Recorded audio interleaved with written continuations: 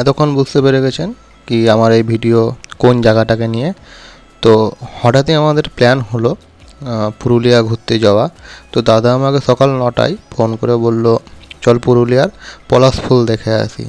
আমি বলি হঠাৎ করে যাওয়া সম্ভব নয়, টাইমের একটা ব্যাপার আছে। তো বলছে প্রকৃতির সময়ে প্রকৃতিকে দেখতে যেতে হবে, আমাদের সময় গেলে প্রকৃতি ধরা দেবে না তার সৌন্দর্যতা।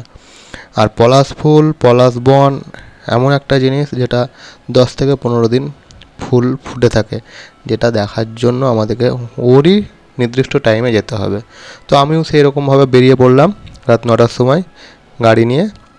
তার আগে আমরা ডিনারটা সেরে নিয়ে বেরিয়ে পড়লাম। দাদা রুট দেখতে ব্যস্ত, কোন রাস্তা দিয়ে যায় সেটা দেখার জন্য। আমরা ডিনার সেরে আবার গাড়িতে চড়ে বসলাম। আমাদের রুটটা ছিল সিউড়ি হয়ে, দুর্গাপুর হয়ে, বাঁকুড়া দিয়ে পুরুলিয়া। তো তার মধ্যে সিউড়ি থেকে দুর্গাপুর যাওয়ার রাস্তাটা একটু খারাপ ছিল, কারণ ফ্লাইওভারের কাজ হচ্ছিল, ফ্লাইওভারটা 4 লেনের জন্য। তো একটু কষ্ট করে আমরা তারপরে যখন দুর্গাপুর বাঁকুড়ায় পড়ে গেলাম, তারপর সিঙ্গেল লেন হলেও রাস্তাটা বেশ ভালো ছিল। তো আমি 2-2:30টার পর থেকে গাড়ি ধরলাম, 2-2:30টার পর থেকে গাড়ি ধরে সোজা বেরিয়ে গেলাম বাঁকুড়া দিয়ে পুরুলিয়া। তো বাঁকুড়া দিয়ে যাওয়ার টাইমে আমরা এখানে দেখতে পেলাম শ্যাম স্টিলের একটা বড় প্রজেক্ট, যেখানে আলোতে আলোকিত চারিদিকটা। তাই করতে করতে আমরা মোটামুটি 5:30 নাগাদ পুরুলিয়া পৌঁছে গেলাম ওভারনাইট গাড়ি চালিয়ে। সেখানে গিয়ে একদিকে চাঁদ অস্ত যাচ্ছে আর একদিকে হচ্ছে সূর্য উদিত হচ্ছে।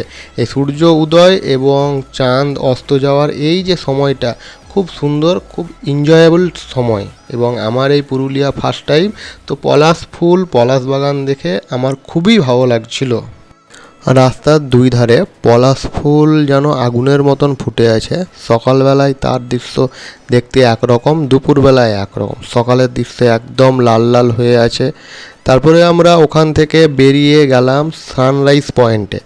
সেখান থেকে আমরা সানরাইজ দেখলাম। সানরাইজ দেখার পর আমরা চলে গেলাম 6:30 নাগাদ হোটেলে, যেখানে আমরা আগে থেকে বুক করে রেখেছিলাম। কিন্তু হোটেলের চেক ইন টাইম 9টা। তো আমরা 6:30 নাগাদ ওখানে পৌঁছে গিয়ে একটু অসুবিধাতেই পড়লাম, এবং হোটেল মালিকও একটু অসুবিধায় পড়লো, পরিচিত হোটেল দাদার। সেই জন্য আমাদেরকে একটা রুম 7টা নাগাদ একটা ম্যানেজ করে দিল, রুমটাতে একটু ফ্রেশ হওয়ার জন্য। তো এইটা হচ্ছে হোটেলের ডাইনিং স্পেস, আর এইগুলো হচ্ছে হোটেলের কটেজ। আর এটা আমাদের মাড হাউস, যেটা রুম রেন্ট নিয়েছিল 1400 টাকা। তো সেখানে গিয়ে আমরা ফ্রেশ হলাম। তারপরে 2-1 ঘন্টা ঘুমানোর পর, শরীরটা ফ্রেশ হওয়ার পর আমরা বেরিয়ে পড়লাম পুরুলিয়ার সাইট সিনিংয়ের জন্য। আমরা এই রিসর্টে ব্রেকফাস্ট না করে আমরা বাইরে হালকা ব্রেকফাস্ট করলাম। করার পর আমরা বেরোলাম সাইট সিনিংয়ে। আমাদের প্রথম সাইট সিনিংটা হচ্ছে মার্বেল লেক। তো আমরা পৌঁছে গেলাম এখন মার্বেল লেকে। তো এই মার্বেল লেকটার ইতিহাস হচ্ছে, এখানে মার্বেল পাথর পাওয়া যেত। এখানে মার্বেল পাথর তোলার জন্য খনন করা হয়েছিল। খনন শেষ হওয়ার পর মার্বেল পাথর যখন শেষ হয়ে গেছিলো, তখন এখানে বৃষ্টির জলে ভর্তি হয়ে একটা লেক তৈরি হয়ে গেছিলো। তাই এটা আমরা আর্টিফিশিয়াল একটা লেকও বলতে পারি, ম্যানমেড লেকও বলতে পারি। তো এই লেকের নিচের দিকে যাওয়ার সময় চারিদিকে বিভিন্ন ধরনের দোকান আছে, যেগুলো দেখতে দেখতে আমরা মার্বেল লেকের উদ্দেশ্যে যাচ্ছি।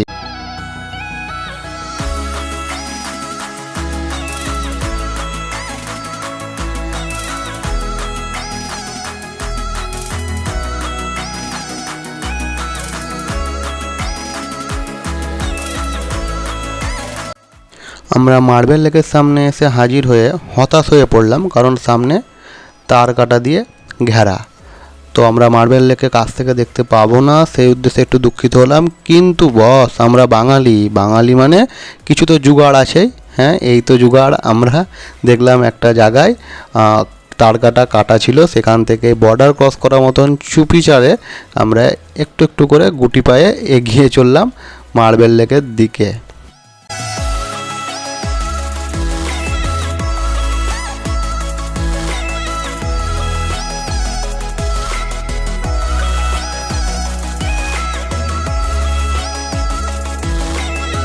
আমাদের পরবর্তী ডেস্টিনেশান হলো বামনি ফলস। বামনি ফলস চলে এলাম। বামনি ফলসে এসে আমরা এখানে যে দৃশ্য দেখলাম অনেকটা দার্জিলিংয়ের মতন ফিল লাগছিল। আর এখানে বাচ্চাগুলো সব পলাশ গাছের ফুল কুড়িয়ে এনে মালা গেঁথে বিক্রি করছে, 10 টাকা করে নেয়, আপনারা নিতে পারেন পলাশ ফুলগুলো। আর আমরা এই অনেক সিঁড়ি বেয়ে বামনি ফলস দেখার জন্য নিচে নামছি। তো আমার যে অর্ধাঙ্গিনী সে ছাতা নিয়ে নামছে, নামতেই এত কষ্ট, উপরে ওঠার টাইমে কি হবে ভেবে পাওয়া মুশকিল। আর সামনে যাচ্ছে আমার ভাবি, সেটা হচ্ছে শাড়ি পরে, সত্যি একটা ইউনিক ধরনের যে শাড়ি পরে এখানে মানে আসা, যে এই যে সিঁড়ি ওঠা এবং নামা, শাড়ি পরে সত্যি খুব কষ্টকর, কিন্তু ভাবি সেটা দেখিয়ে দিল করে, এবং ভাবির মুখ থেকেই আমরা শুনে নিব। চল এটাই আমার বুড়ো বয়সে মনে পড়বে যে আমি কিভাবে শাড়ি পরে এভাবে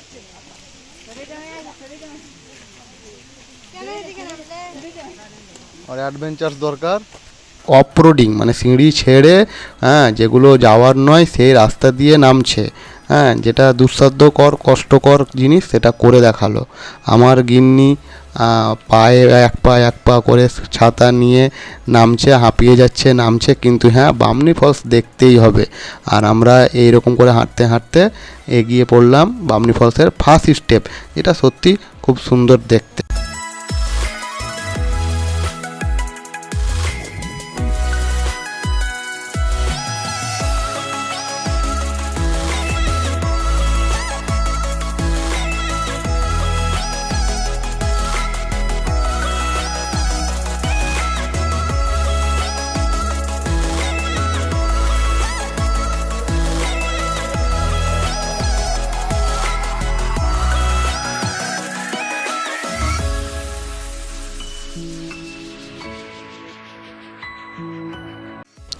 এইটা হলো বামনি ফলসের দ্বিতীয় স্টেপ।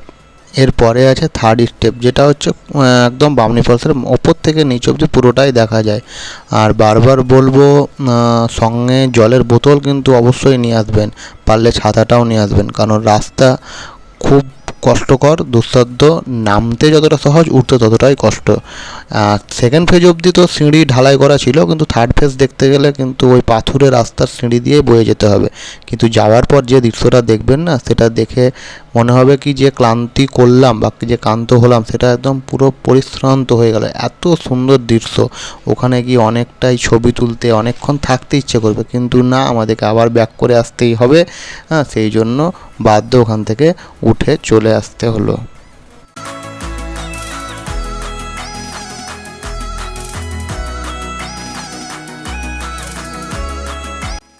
এটা হলো ইউথ হোস্টেল। এখানে সিঙ্গেল বেড পাওয়া যায় থাকার জন্য, সোলো ট্রাভেলারদের জন্য খুব ভালো। এরপর আমরা বেরিয়ে পড়লাম পলাশ ফুল দেখার জন্য, পলাশ বাগানের উদ্দেশ্যে। এবং এই পলাশ ফুল বাগানের মধ্য দিয়েই আমরা যাব চরিদা গ্রাম হয়ে খয়রাবেড়া ড্যাম।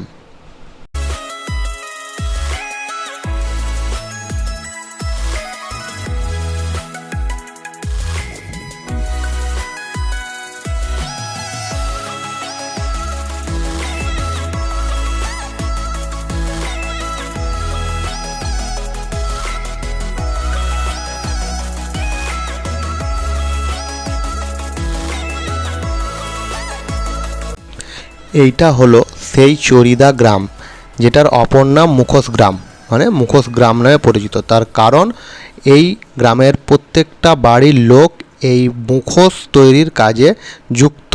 এই মুখোশগুলি প্রত্যেকটা শোপিস হিসেবেও রাখতে পারে এবং এগুলো ছৌ নাচের জন্য ব্যবহৃত হয়। আর আমরা এই মুখোশ গ্রাম দেখতে দেখতে এখানে একটা মিউজিয়াম আছে, ছৌ নাচের মিউজিয়াম, সেই মিউজিয়ামে প্রবেশ করলাম। ছৌ নাচের জন্য যে মুখোশগুলো, জামা কাপড়গুলো এবং যে আসবাবপত্র লাগে সেইগুলো সব একটা ছোট্ট মিউজিয়াম আকারে এই মুখোশ গ্রামে রাখা হয়েছে, সেটাও আমরা ঢুকে দেখে নিলাম।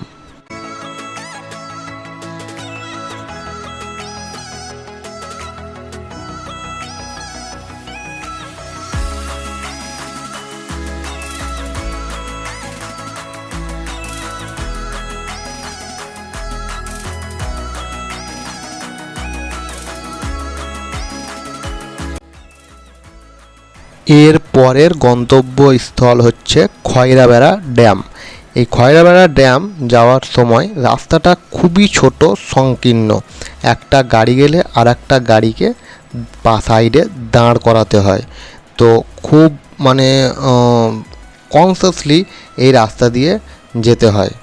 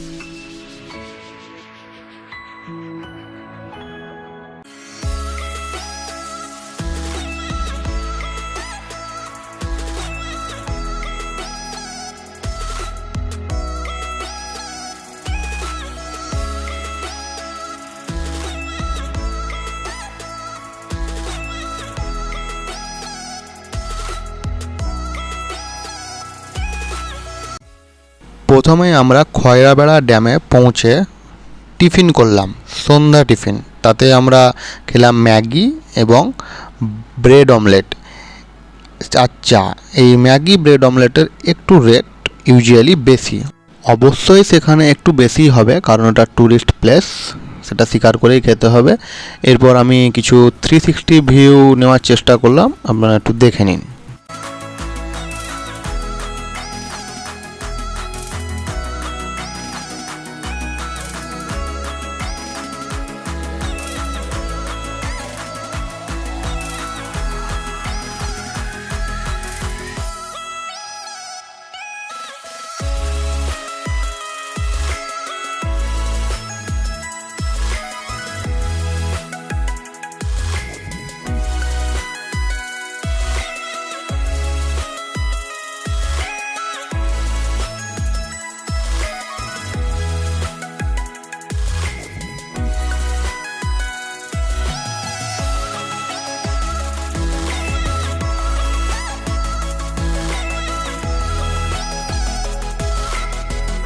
আমরা পুরুলিয়ায় যখনই খেয়েছি তখনই আমরা এই হোটেলটাতেই খেয়েছি। এখানকার খাবারের গুণমান এবং প্রাইসও খুব ভালো এবং রিজনেবল ছিল, তাই আপনারা এলে এই জায়গাটাতে খেতে পারেন।